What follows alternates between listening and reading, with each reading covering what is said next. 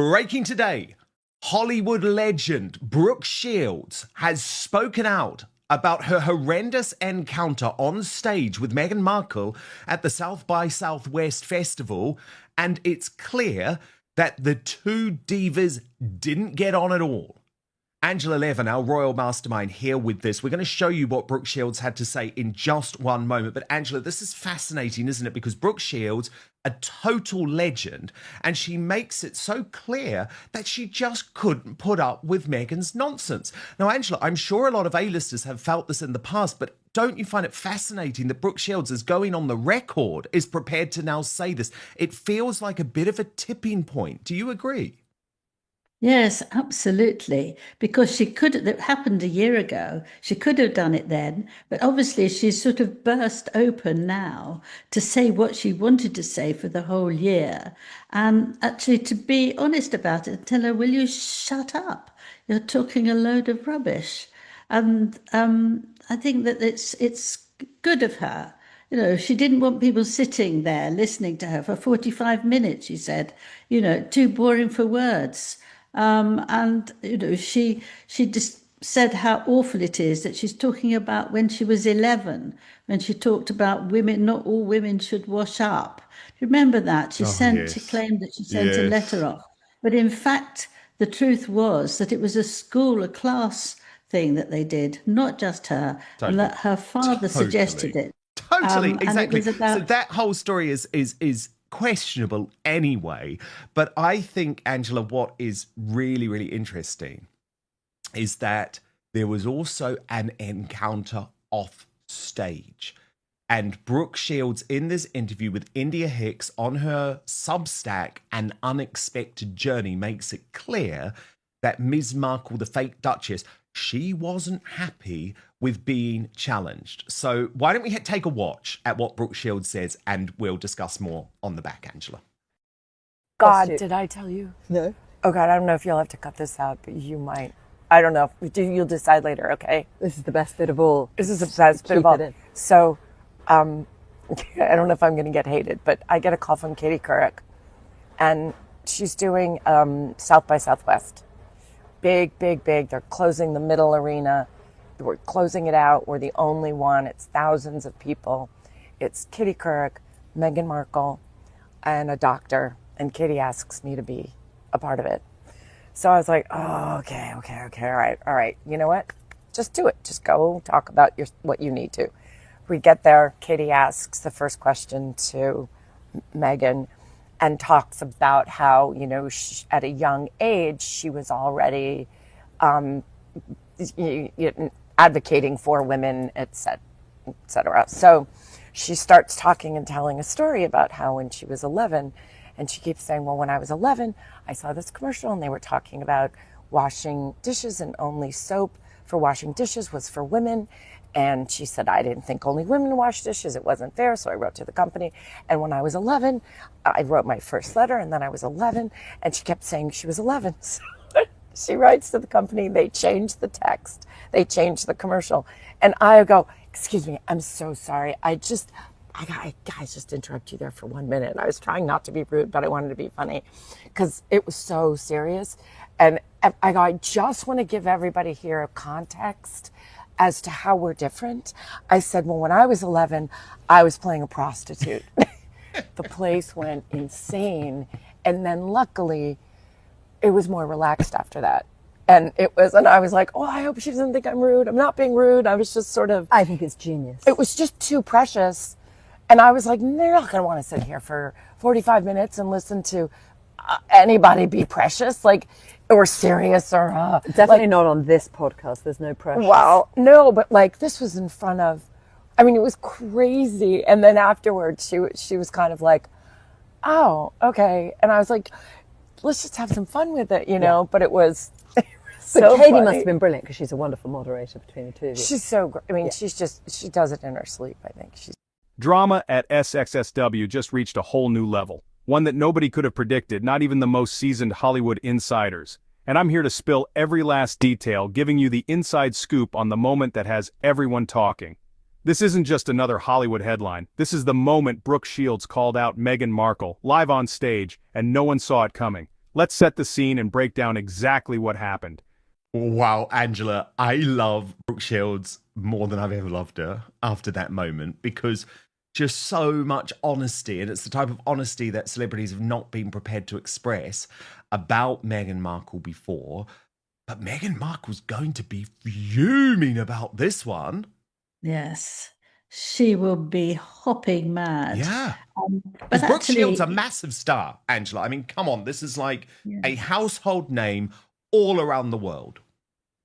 Yes, but she was quite right. I mean, it is very funny that a woman who's had so much and is now 40, nearly 44, actually keeps on going back to when I was 11, when I was 11, when I was 11, as if this is the most important part of her life. What nonsense is that? You know, it's complete rubbish. And she couldn't take it, so she told her off, shut up. You know, who cares what you're doing when you're 11? I was doing much more interesting things when I was 11. And, you know, so shut up. This is supposed to be fun. They're supposed to enjoy it. You know, who the hell do you think you are? It's a big one, isn't it? It's a really big one, Angela, because here's the thing. There was the possibility that that interaction could have taken place on stage. And if Ms. Meghan was the sort of kind, lovely, gentle, funny person that she makes herself out to be, well, her reaction to Brooke Shields after that moment would surely have been, oh no, it was brilliant. You made everyone laugh. It was brilliant, Brooke Shields. Thank you so much for bringing some levity to the event. Thank you. I don't for a single second think you did anything wrong. But it was so clear that that wasn't her reaction, Angela. No, she was going to just smash her up, and that was it, wasn't she? She had enough of it. She didn't want that. She didn't, you know, she wanted it to be more light-hearted. She's a strong woman. It'd be very interesting what happens to the Sussex group who don't like that at all. It would be very interesting to hear about that. But I wonder if they've got the courage to say, "How dare you?" But I hope they don't have the courage. But she's quite right. I mean, it was just the right thing to do at some point. And I'm sorry that she didn't do it earlier. But the thing about Meghan is that when someone said something about her or really criticised her, and this is one especially about being 11, she then waits to find a way to get her own back. That's what she's done, hasn't she, with her father, with the royal family, with any friend. We shall have to wait and see what happens. But it's very good that Brooke Shields actually done it and done what a lot of people have wanted to do but haven't dared to, because she's very spiteful. Absolutely. And I think the thing is, Brooke Shields is one of those people, she's had a huge career. She's pretty beloved overall. And I don't really think she needs anything from Meghan Markle. And I certainly don't think she needs to fear Meghan Markle in any way either. So I absolutely loved it. Now, Angela, you are, of course, Prince Harry's biographer. You spent all of that time with him, and you wrote this seminal book on Prince Harry. But I feel like he's hit a new low this week, Angela. And I mean, that's a surprising thing to say, given that there have been so many lows in recent years. But this is after the story in the Mail on Sunday at the weekend. Prince Harry sought advice from Princess Diana's brother, asking if he should change his family name to Spencer. Now, obviously, Angela, my point of view on this is like, just do it. It would actually be the greatest thing that could ever happen to the royal family, because it wouldn't put King Charles or Prince William in that really difficult position where they would have to go to Parliament and try and strip the titles and everything, because they could say, well, look, this is a choice Harry has now made. But what did you make of this story? And are you shocked by the depths that he's now plumbing to sort of get attention, to hurt his dad, and to almost like provide the ultimate insult to the royal family? South by Southwest, or SXSW, is one of the biggest pop culture events of the year. It's where the worlds of film, music, tech, and celebrity all collide in a whirlwind of panels, premieres, and headline-making moments. This year, Meghan Markle is headlining a panel about female empowerment, drawing a massive crowd and even more media attention. Picture it, the stage is packed. Meghan is joined by journalist Katie Couric, a respected medical expert, and of course, Hollywood legend Brooke Shields. The energy in the room? Absolutely buzzing, with anticipation so thick you could cut it with a knife. Now if you know Meghan, you know her signature story. The one about writing a letter to a soap company at age 11, telling them their commercial was sexist. It's a story that's become almost synonymous with her public persona. It's inspiring, sure, and it's meant to show her early passion for justice and equality. But let's be honest, she's told this story a lot, and by now it's almost become part of her brand. And today she's telling it again, hoping to inspire yet another audience with her childhood activism. But right as Meghan starts her speech, Brooke Shields is sitting there, listening intently, her expression unreadable. You can feel the tension building in the room. The audience is hanging on every word, waiting to see what will happen next. Suddenly, Brooke jumps in, breaking the flow. With a sly, almost mischievous smile, she says, "When I was 11, I was playing a prostitute." The delivery is classic Brooke, deadpan, witty, and totally unexpected. The room goes dead silent for a split second, then erupts into laughter. It's one of those moments where you can feel the shock and amusement ripple through the crowd. So where do you think Meghan stands on this, Angela? Would she have wanted to be Meghan Spencer? Well, I mean, Harry would never do anything unless he's allowed to by Meghan. That's the So thing. I So she imagine must that have she been. does. But, don't forget that a lot of times, not so much lately, but she always feels that Diana's talking to her. She's been on the ground where Diana's been buried, and says she could feel her telling her what to do. Harry also thinks that Oh, at Althorpe, yeah. she would jump up and down if Meghan and he married. So if her surname was Spencer, she would feel that she's more of a relation to the late Diana Spencer, and she would look like that, and how pleased she would be that her little girl had that name. So I think that there's something there that she wouldn't mind, because she would still be some sort of Duchess. I don't know quite what the name would Well, be, but exactly, she because would. this is the thing, Angela. I was thinking about this. Princess Diana, and this is why actually I think it's so disgusting. Princess Diana, after her divorce, never reverted to Spencer. It was agreed with the British royal family that she would be known as Diana, the Princess of Wales. She wasn't able to use her HRH titles, and of course that did cause a lot of controversy, but she remained a princess. She never wanted to become Diana Spencer. And remember, that was after her divorce, Angela, from the family. So I think any idea that Harry has that this is what Diana would have wanted is for the birds. No, she would have been absolutely furious Yeah. with him, because she loved the monarchy, and she used to go and see them when she was a little girl, and every weekend, and play and have tea with the Queen and all of them, and she loved them, and she was very well behaved toward them. She didn't work happily ever after, but that was for different reasons. But I think that Harry's doing that just really to hurt his father and his brother, because he's not going anywhere. They're not speaking to him. They're not answering him. He's not being successful in making them very unhappy. But I think that William and King Charles are not actually following him closely like, say, you and I might do, because they want to keep away from it so that they don't feel terribly upset. But this is such a bang, it's just a bomb. It's just too terrible for someone to do that when you know it would cause absolute pain. And I hope that if he tries to do it, then it doesn't work. I just feel it's beyond anything, I haven't actually come across anyone who would be so spiteful and unkind, particularly when the key person is unwell. Yeah, indeed. I mean, I just thought it was awful. I thought it was so awful. Also awful this week, Angela, was Meghan Markle's bid to push back, I guess, against the claims that everything's going wrong with Netflix and everything's going wrong with As Ever.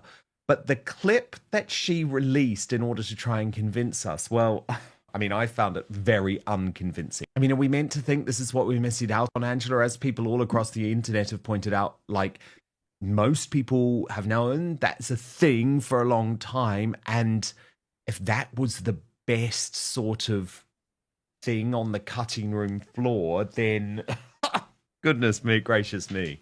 Yes, it wasn't some of them convincing, said, Angela.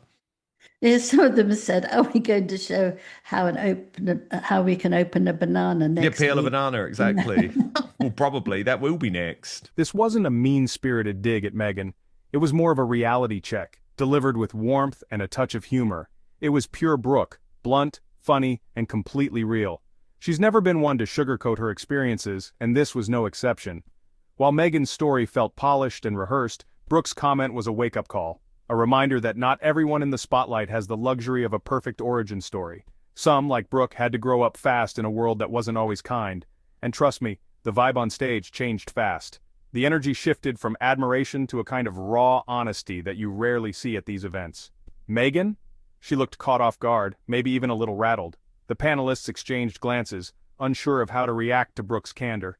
Brooke's truth bomb didn't just break the ice, it shattered the carefully crafted image Meghan's been holding on to. Suddenly, the conversation felt more real, more vulnerable, and a lot less scripted. Yes, but when she does this with a lot of words and nonsense, you think, don't be silly, that's not making any food for people. That's not actually doing anything. You're just showing a pineapple, which anyone can deal with without even blinking. This is part of the factor that she wants to do things, but she won't study things so that they would really make a difference and people would be astonished, and amazed by something. She just does something that is for people who know almost nothing. It's like a last-ditch bid, isn't it, to show to the world this is all okay. But then the reality is, Angela, that Netflix had their big event to doom in the US this week, and she didn't feature at all. And that's like the big event to doom in Los Angeles. It's where Meghan's from. It's a fan event. It's for Americans. They put out the trailers of the new shows. So even if Netflix are going to stand by Meghan Markle and complete backing this ludicrous business, what seems very obvious is that they're not proud of it, Angela. They're not proud of their association with this woman. Yeah, but if we look back even a few weeks, we can see that a lot of, A-late, top class people backing off. Nobody wants to invite her to whether it's a concert or it's a party or whatever's going on. Everyone is getting back because they don't want, stepping back because they don't want to feel that they are close to her. So, she had a lot of trouble finding people to do with her podcast. People just don't want it. It's fascinating, isn't it? Because at one point, there could have been so many people who wanted to be with her. She was the person that you wanted to talk to and stand with and everything else. And now she's almost the last person that anybody wants to be with because they'll feel actually they're a bit dirty from it, that this made them just unpleasant as well. And actually, if you do get close to her, she's going to drop you when she doesn't need you anymore. So it's actually not a very good way of trying to make friends or make goods or soup or tea or anything else. People want to keep away. Absolutely. They think that it might be unclean to get too close to her. And I think and she doesn't realize it yet because she thinks if she keeps on going talking about herself and how she's tired because she's so working so hard and she's crying because it's so stressful. Well, don't do it, mate. She doesn't have to do all these different things. She can just have a quieter life, not spend so much money, but just enjoy yourself. It's a wonderful place she's in and she could just relax, but she's got to keep on nagging at herself to be number one, and that she's making her cry and be unhappy. Well, she's not there because she has to be. And then Angela, we learn that she's now offered Brooklyn Beckham and Nicola Peltz so much advice that they have now signed up with her lawyer, Jenny Afia, who works for Shillings, a big London law firm, and appeared in that documentary, The Princes and the Press, which I also appeared in, and she very unconvincingly tried to tell the world that Meghan Markle wasn't a bully. And it's just like, oh my goodness, how stupid are Brooklyn and Nicola taking her advice? Yeah, what I think is that it's ridiculous. What have they done? What have his parents done that you want to get a lawyer, and perhaps put them in prison, or perhaps make them pay money for saying something wrong? I mean, that is ridiculous. I don't know what his parents, Sparkles. I, I don't know what has been said to them that is very unpleasant. Perhaps they've interfered with their wedding and their marriage. Perhaps they've don't like her. But actually, it is not a nice thing to try and get a lawyer. I mean, why? I can't understand it. Is Meghan going to respond? Will she address the elephant in the room, or will she stick to her usual talking points? And what about the rest of Hollywood? Will other celebs start calling out the overly polished stories so common in Hollywood? Or will they retreat, afraid of being exposed for not being as perfect as they seem? Or will this explosive moment just fade away, like so many scandals before? Only time will tell if this is a turning point or just another blip in the endless cycle of celebrity drama. One thing's for sure, Brooke Shields just said what a lot of people in Tinseltown have been thinking for years. She voiced the unspoken truth about the pressures and realities of growing up in the spotlight. And now, the whole world is watching, social media is buzzing, news outlets are dissecting every second, and fans everywhere are choosing sides. So, what do you think? Was this a much-needed dose of honesty, or did Brooke cross a line? Was Brooke out of line or just brutally honest? Did she say what everyone else was too afraid to say, or did she overshadow Meghan's message? And does this mark a turning point for Meghan Markle's Hollywood image? Will she embrace a more authentic narrative or double down on her carefully curated persona?